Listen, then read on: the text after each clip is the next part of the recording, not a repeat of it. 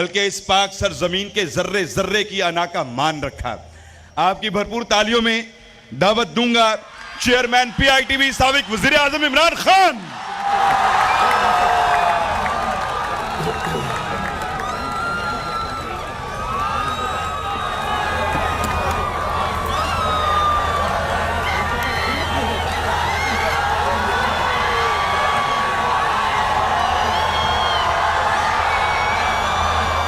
बिस्मिल्लाहिर्रहमानिर्रहीम। इय्याका नअबुदु व इय्याका नस्तईन। मैं सबसे पहले डॉक्टर जैदी आपका शुक्रिया अदा करता हूं कि आपने मुझे मौका दिया इस मुल्क की फ्यूचर के सामने अपना प्रोग्राम रखने का, इनसे बातचीत करने का। तो मैं आपका शुक्रिया अदा करता हूं। डॉक्टर अरसलान, आपका भी कि आपने ये ऑर्गेनाइज किया आज इवेंट। थोड़ा आप आराम से बैठ जाएं ताकि आप मेरी बात सुन सकें, क्योंकि आप आदी नहीं है ऐसी बातें सुनने के लिए जो आज मैं आपके सामने करूंगा। पहले तो मैं टेक्नोलॉजी की तरफ आ जाऊं। जिस तरह अभी डॉक्टर इस्लान ने बात की, फ्यूचर टेक्नोलॉजी का है, और बदकिस्मती से हमने जिधर इंसेंटिवाइज करना था अपने मुल्क को, अपनी इंडस्ट्री को, अपनी IT की इंडस्ट्री को, अपने यूथ को, उनको टेक्निकल स्किल्स दिलवाने थे IT के, बदकिस्मती से हमने 20 साल ज़ाया किए। हिंदुस्तान इन 20 सालों के अंदर, 20 साल पहले हिंदुस्तान की IT एक्सपोर्ट 1 अरब थी, आज उनकी 140 अरब डॉलर की एक्सपोर्ट है। तो अब जरा मैं आपको पर्सपेक्टिव देना चाहता हूं कि हमारी टोटल एक्सपोर्ट्स और हमारे ज़माने में एक रिकॉर्ड एक्सपोर्ट्स हुई हैं 32 अरब डॉलर की। 32 अरब डॉलर रिकॉर्ड एक्सपोर्ट्स थी पाकिस्तान की। और जब आप इसको ये देखें कि हिंदुस्तान की सिर्फ IT की एक्सपोर्ट 140 अरब है, सो ये सोच लें कि हमने ये जो 20 साल इतने ज़ाया किए, इसमें अगर हमने अभी स्टेप्स लिए थे अपनी IT एक्सपोर्ट्स बढ़ाने के लिए, तो हमारा दूसरे साल में हमारी 35% एक्सपोर्ट बढ़ी, तीसरे साल में 45, और जो आखिरी साल था उसमें 75% हमारी IT एक्सपोर्ट्स बढ़ी। हमने इंसेंटिवाइज किया, हमने स्पेशल IT जोन्स शुरू की जिसके अंदर टैक्स इंसेंटिव्स दिए। मैं ये इसलिए आपको जल्दी जल्दी बता रहा हूं क्योंकि अभी मैंने आपसे और भी बातें करनी है। मुझे लग रहा है इतना ज्यादा आपको IT के अंदर इंटरेस्ट नहीं है जितना होना चाहिए। फ्यूचर IT है, टेक्नोलॉजी की फ्यूचर है। अभी इसने अरसलान ने आपको कहा कि एक छोटी सी IT कंपनी ने 20 अरब डॉलर की अपनी IT की कंपनी बेची है। छोटी सी कंपनी। IT के अंदर 30 साल की कम से नौजवान अपनी कंपनीज बनाते हैं और बिलियनर्स बन जाते हैं। तो ये दुनिया इस तरफ जा रही है, और हमारी अब पूरी कोशिश थी हमारी गवर्नमेंट की, और इंशाल्लाह जब भी आगे आएगी, कि हमारा पूरा ही एम्फेसिस स्टार्टअप्स को, कैसे हमने IT स्टार्टअप्स को इंसेंटिवाइज करना है, उनके लिए जीरो टैक्सेशन, हमारी IT कंपनीज के लिए जीरो टैक्सेशन, हमारा जो फ्रीलांसर्स हैं उनको 100% हमने कैपिटल गेन्स टैक्स माफ कर देना है ताकि वो काम करें, इंसेंटिवाइज हो। लेकिन मैं क्योंकि बड़ी देर के बाद गवर्नमेंट कॉलेज आया हूं, मैं ये चाहता हूं कि अब आप गौर से मेरी बातें सुने, क्योंकि इंसान इंसान और जानवर में फर्क क्या है? इंसान और जानवर में क्या फर्क है? दो बहुत बड़े फर्क हैं। मैं पहले तो एक एरिस्टोटल ने 2500 साल पहले एक बात कही। ये गवर्नमेंट कॉलेज गौर से मेरी बात सुनना। 2500 साल पहले उसने बात की कि अगर एक माशरे में जुल्म और नाइंसाफी है, अगर माशरे में जुल्म और नाइंसाफी है, सारे माशरे के लोग उसके खिलाफ खड़े होंगे, आवाज बुलंद करेंगे, यानी सियासत में आएंगे उसको काउंटर करने के लिए। लेकिन दो तबके नहीं, दो तबके जुल्म और नाइंसाफी का मुकाबला नहीं करेंगे। नंबर वन जो बुज़दिल हैं, जो डरते हैं कि हम ये ताकतवर जालिम के सामने खड़े होंगे तो वो हमारे पर जुल्म करेगा। कूफा के लोग, उनको पता था कि हजरत इमाम हुसैन सच पे खड़े हैं, उनको पता था वो राय हक पे है, लेकिन कूफा के लोगों ने यजीद के जुल्म से डर के हजरत इमाम हुसैन की मदद नहीं की। और इस्लाम की तारीख का सबसे बड़ी ट्रेजेडी थी जो सानिया था वो होने दिया, और हमेशा पछताए। तो एक तो बुज़दिल जुल्म का मुकाबला नहीं करते, और दूसरे खुद गर्ज। अगर मैं समझ रहा हूं मेरी जिंदगी बड़ी आसान है, मेरे पे सब कुछ है और मेरे माशरे पे जुल्म हो रहा है, लेकिन मैं कहूं कि मेरी जिंदगी में क्या फर्क पड़ेगा, मैं तो एंजॉय कर रहा हूं, मेरी जिंदगी आसान है। ये सबसे बड़ा प्रॉब्लम पाकिस्तान की एलीट का है कि हमारी एलीट, क्योंकि वो कंफर्टेबल है, आसान जिंदगी है, नौकर हैं। आप इंग्लैंड, यूरोप, वहां जाके काम करें, नौकर नहीं, नौकर को यह शायद ही कोई अफोर्ड कर सकता है। यह आसान जिंदगी है, तो वो सोचते हैं कि हम क्यों जालिम का मुकाबला करें, और इस तरह एक माशरा गुलाम बन जाता है। जुल्म के गुलाम बन जाते हैं, खौफ के गुलाम बन जाते हैं। और जो एक मुसलमान दावा करता है ला इलाहा इल्लल्लाह, अल्लाह तेरे सिवा कोई खुदा नहीं, ये जो खौफ का खुदा है, ये जो बुत है, ये सबसे खौफनाक बुत है। इसके सामने जब एक इंसान झुकता है, मेरी नजर में वो शिर्क करता है। जब वो जुल्म के सामने अपनी आवाज बुलंद नहीं करता, तो इसीलिए अल्लाह ने हमारे ऊपर जहाद फर्ज किया है। जहाद क्या है? जुल्म का मुकाबला करना, नाइंसाफी के सामने खड़े होना।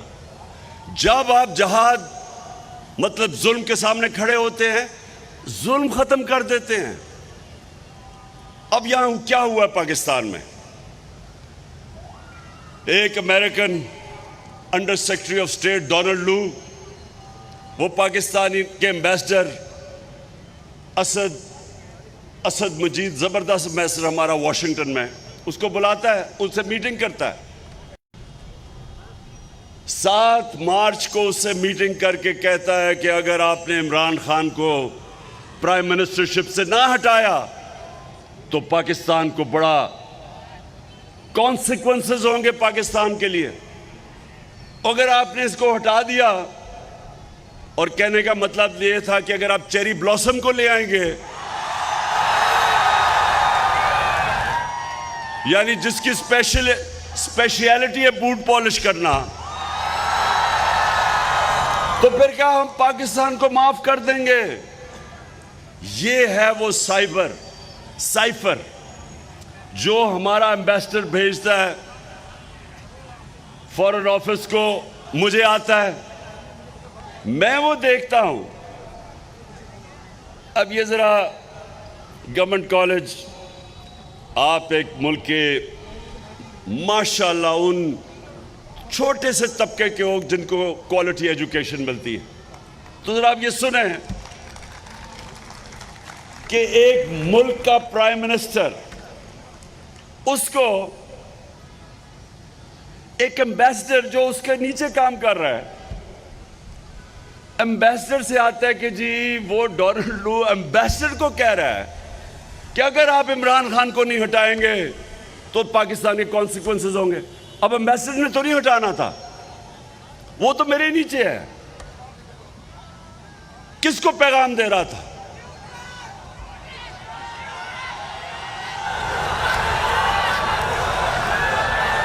मैं जरा गवर्नमेंट कॉलेज के सियासी शोर पूछना चाहता हूं, किसको पैगाम दे रहा था? समझ गया हूं, माशाल्लाह। पहला टेस्ट, पहला इम्तिहान पास कर गए हो आप। अच्छा, उसके बाद सुने जरा, 7 को, एक मिनट सुने, 7 को, वो बाद में आएगा, बाद में। पहले मैं जरा ये डील कर लूं। पहले 7 को वो ये धमकी देता है, 8 को, अच्छा वो धमकी ये देता है कि नो कॉन्फिडेंस मोशन टेबल होगा नेशनल असेंबली में और इमरान खान को हारना है, आपने हराना है। और फिर से फॉरेन ऑफिस के ऊपर तो प्राइम मिनिस्टर को रिपोर्ट करता है। तो ये किसको कह रहा है? वो आपने ठीक कह दिया, आपने ठीक कहा। अच्छा, उसके बाद अगले दिन नेशनल असेंबली में टेबल हो जाता है और उसके बाद हमारे कोई 20 लोटे बनने शुरू हो जाते हैं। 20-25 करोड़ रुपया से उनके जमीर खरीदे जाते हैं।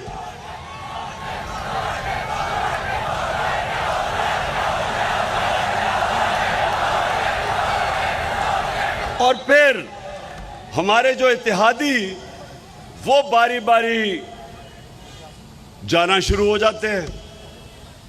उससे पहले अमेरिकन एम्बेसी उन लोगों को जो हमारे लोटे होते हैं उनमें से जो चंद बड़े लोटे हैं उनको बनाना शुरू कर देते हैं। मैं आज देखें कि आपकी फ्यूचर है, आप फ्यूचर लीडर्स हैं। आपको समझना चाहिए कि कोई भी कौम जो इस तरह की गुलामी करती है उसका कोई फ्यूचर नहीं है। आपका जो यह सबसे जो स्टूडेंट इस गवर्नमेंट कॉलेज से निकला, जो मेरे नजरियाती रोल मॉडल, जो शायद ही मुसलमान दुनिया में 500 साल में इस तरह का एक ज़हन आया था, इंटेलेक्चुअल आया था, डॉक्टर इलामा इकबाल। उनकी अगर आप फलसफा और शायरी पढ़े, उसकी बुनियाद क्या है? वो एक गुलाम हिंदुस्तान के मुसलमानों को जगाने की कोशिश कर रहे थे और वो ये कह रहे थे कि गुलाम की कोई परवाज नहीं होती। इकबाल का शाहीन तो वो बनता है जो अपनी जमीन की जंजीरें तोड़ देता है। जब तक आप गुलामी की जंजीरें नहीं तोड़ेंगे, इकबाल का शाहीन नहीं बन सकते, अब बड़े काम नहीं कर सकते।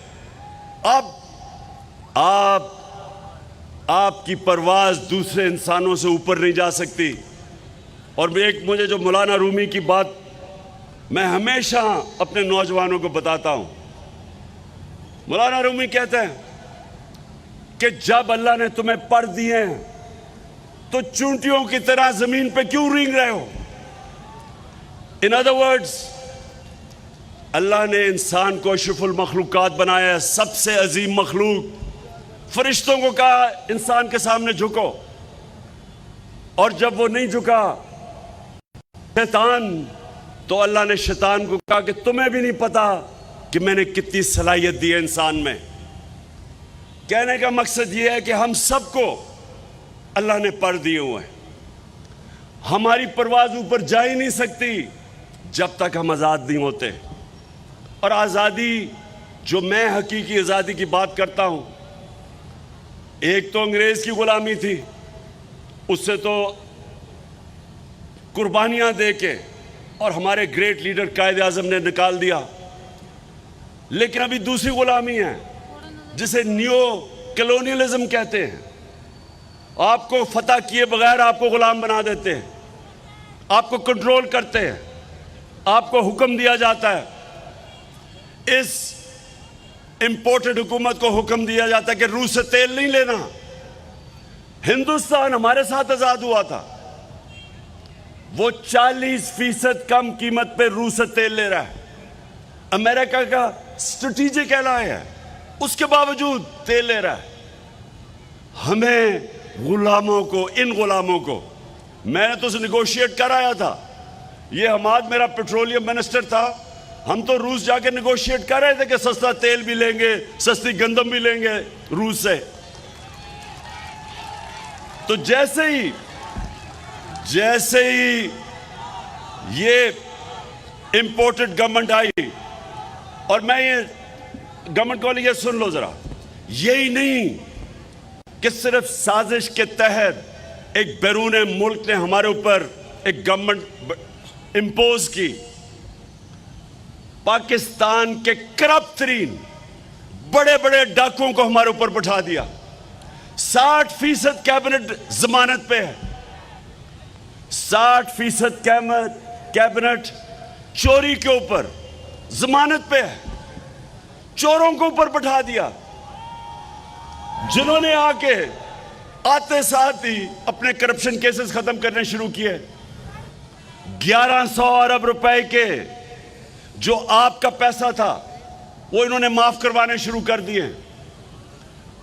कौम को धकेल दिया है पाकिस्तान की तारीख की बदतरीन महंगाई में। कौम को धकेल दिया है जो 6% पे, अभी हमाद ने बताया, 6% पे इकोनॉमी ग्रो कर रही थी, इंडस्ट्री ग्रो कर रही थी, 4 फसलें रिकॉर्ड परफॉर्मेंस थी एग्रीकल्चर में। वो इकोनॉमी उन्होंने उठा के आज आपने, पता नहीं, अगर वो होता मैं आपको दिखाता कि शहबाज शरीफ अभी अमेरिका गया हुआ है। अगर आप ये सिर्फ सुने एक इंटरव्यू देख लें इसका, एक कोई ब्लूमबर्ग में खातून इससे इंटरव्यू कर रही है। अगर वो होता तो मैं ये इंटरव्यू आपको दिखाता, या पता नहीं आया या नहीं इनके पास। उसे सुने उस औरत को जो एंकर है टीवी की, उससे कह रहा है कि खुदा के वास्ते हमें पैसे दे दो। कहता अगर आपने पैसे ना दिए हमारा दिवालिया निकल जाएगा। वो आगे से वो कहने की कोशिश करती है मैं तो टीवी एंकर हूं। वो कहता फिर अपनी चैनल के जरिए लोगों को बताओ कि हमारा दिवालिया निकल जाए, खुदा के वास्ते हमें बचा लो।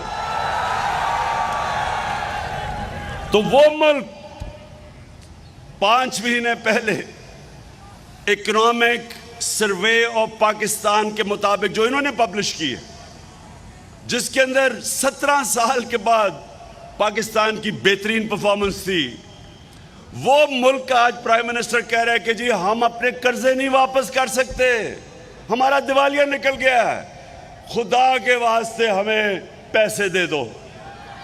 वो भी आपने नहीं सुना उसका कहीं कि मैं मांगने नहीं आया लेकिन मैं मजबूर हूं।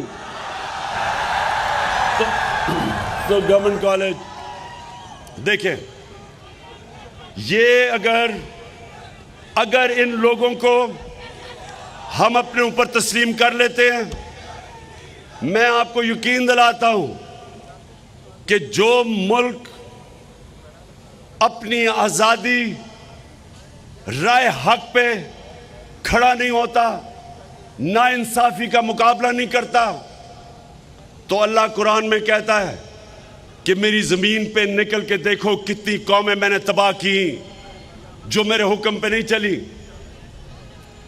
कौमें रहती नहीं हैं, मेरी जिंदगी के अंदर पाकिस्तान टूटा।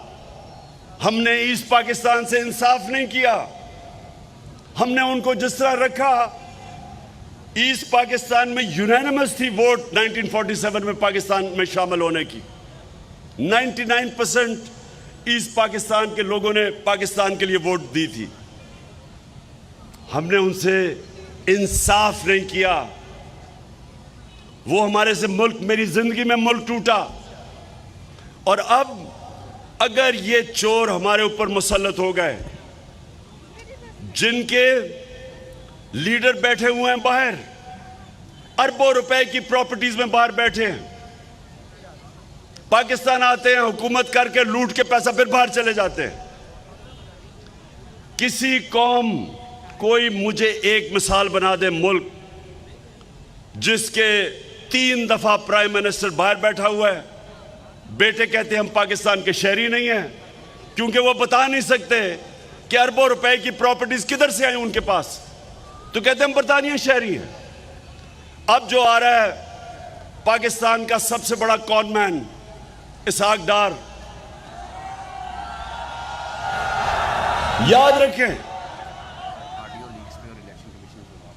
याद रखें कि इसहाक डार को हमारे दौर में नहीं भागा, नून लीग की गवर्नमेंट थी। नैब ने इसको सवाल के लिए बुलाया, पूछा कि तुम्हारे वालिद साहब की बड़े मेहनत कश से साइकिल की दुकान थी, तो आप तो अरबोपति बन गए, किधर से पैसा आया? तो क्योंकि जवाब नहीं दे सकता था, मुल्क से बाहर भाग गया और प्राइम मिनिस्टर के जहाज में मुल्क से बाहर गया और कहता मैं इलाज करवाने गया हूं। वो 3.5 साल से इलाज हो रहा है, वो अभी तक नहीं पता किस चीज का इलाज है। अब वापस आ रहा है, और वापस आ रहा है डील के तहत। यहां डील्स होती हैं चोरों के साथ, एनआरओ दिया जाता है चोरों को, इसलिए चोरी खत्म नहीं होती, इसलिए मुल्क आगे नहीं बढ़ सकता, इसलिए मनी लॉन्ड्रिंग रुक नहीं सकती। तो अब वो वापस आ रहा है। मैं आज सारी कौम को पूछता हूं, क्या हमने ये तमाशा भेड़ बकरियों की तरह देखना है, या इंसान बन के राय हक पे खड़ा होना है, जुल्म के खिलाफ, नाइंसाफी के खिलाफ? और अभी एक पहले विकी लीग से शुरू हुई थी बात, फिर डॉन लीग्स आई, अब एक नई ऑडियो लीक्स आ गई है। मैं जरा मोटी मोटी चीजें, पहले तो ऑडियो लीक्स में एक चीज सामने आ गई कि ये जो चीफ इलेक्शन कमिश्नर है, ये शरीफ खानदान का घर का नौकर है। उनसे पूछ रहा है, नवाज शरीफ बता रहा है इसको कि किन को डिस्क्वालीफाई करना है, इलेक्शन कब करवाने हैं। और ये वो इलेक्शन कमिश्नर है, मैं 3 साल कोशिश करता रहा कि पाकिस्तान में ईवीएम मशीन्स इलेक्शन में इस्तेमाल की जाए। ईवीएम मशीन का क्या मतलब है कि 90% धांधली करने के तरीके ईवीएम मशीन की वजह से खत्म हो जाते हैं, फ्री एंड फेयर इलेक्शन हो सकता है। इस आदमी ने नवाज शरीफ के कहने पे और जरदारी के कहने पे, जिन्होंने जाली वोट्स बनाई हुई हैं, इन्होंने इसने ईवीएम मशीन नहीं आने दिए। तो आज तो अगर इसमें थोड़ी सी भी, ये जो ऑडियो लीक्स हुई हैं, थोड़ी सी भी इसमें शर्म और हया हो तो आज रिजाइन कर दे। लेकिन क्योंकि इसमें शर्म और हया नहीं है, तो इसको हमें रिजाइन करवाना पड़ेगा। दूसरी चीज, मरियम ने भी एक बहुत बड़ी डबल पीएचडी ली हुई है झूठ बोलने की। लंदन तो छोड़ो, मेरी तो बेचारी पाकिस्तान में भी कोई प्रॉपर्टी नहीं है। तो बाद में पता चलता है, भाई कहता है ये जो 4 बड़े बड़े मेफेयर के महलात हैं, इसकी मालिका मरियम है। तो अब वो कह रही है, शहबाज शरीफ को ऑडियो लीक्स में आता है कि हिंदुस्तान से पावर जनरेशन की मशीनरी इंपोर्ट कर रहे हैं। हमने हिंदुस्तान में के सारे ताल्लुकात तिजारत के बैन कब किए थे? जब इनने कश्मीरियों की राइट्स की वायलेशन, इंटरनेशनल लॉ की वायलेशन की, United Nations security council resolution की वायलेशन करके 5 अगस्त 2019 इन्होंने कश्मीर की स्टेटहुड ले ली, तब हमने ताल्लुकात तोड़े थे। अभी तक ताल्लुकात टूटे हुए हैं, लेकिन दमाद, मरियम का दमाद वहां से मशीनरी बुला रहा है और प्राइम मिनिस्टर चेरी ब्लॉसम क्या कह रहा है? तरीका बता रहा है कि इसको किसी और मुल्क से ले आओ, यानी बजाय गलत उसको कह के ना लेके आओ, तरीका बता रहा है कि किसी और तरीके से लेके आओ।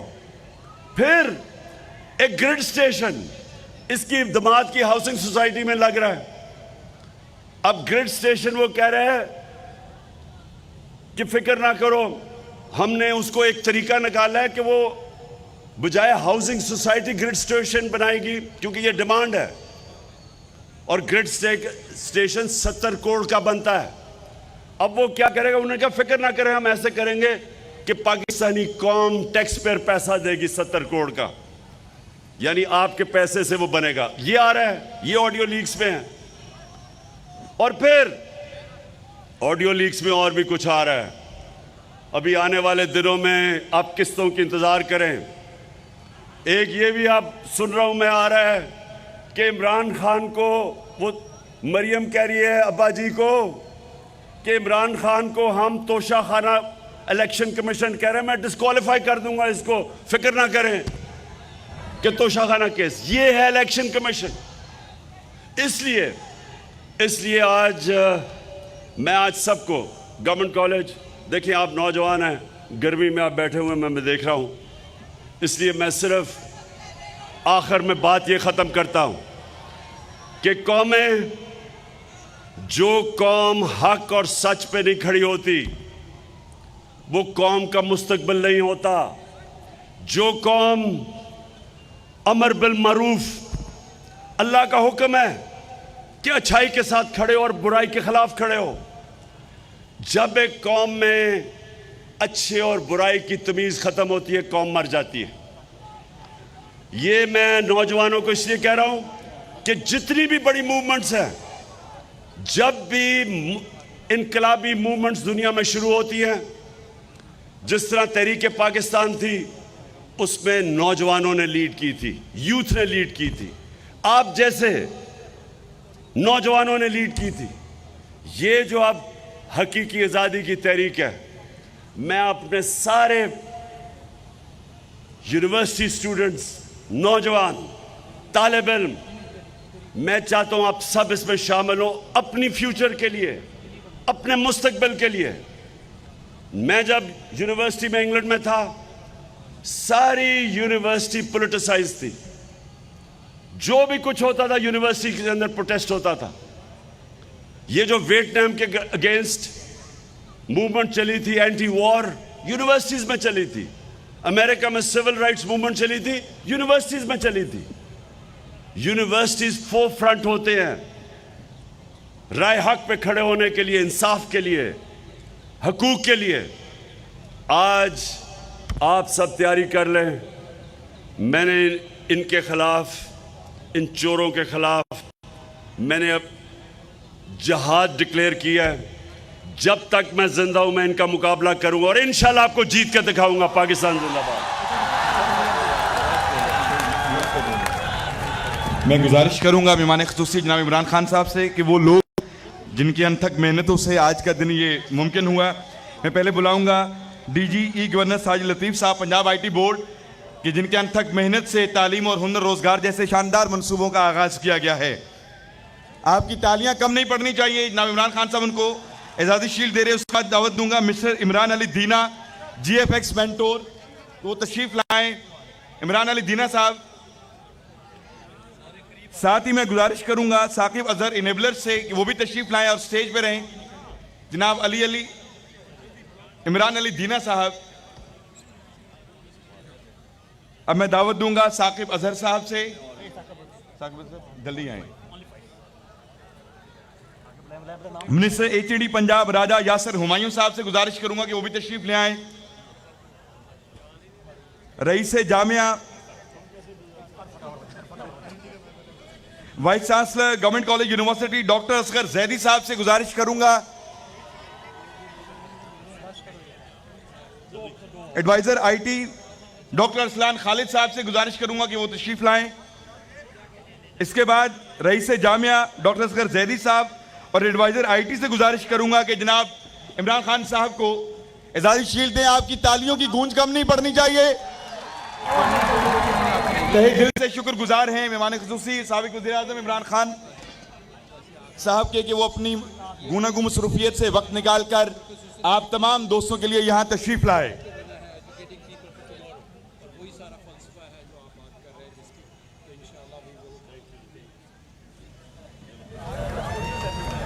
बहुत शुक्रिया।